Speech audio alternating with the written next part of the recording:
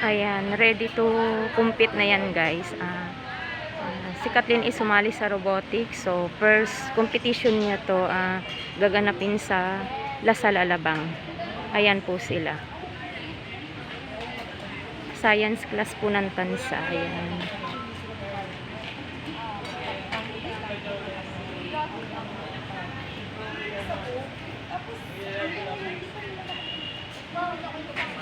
Good luck, Kathleen. Unang competition to. Galingan mo, nak.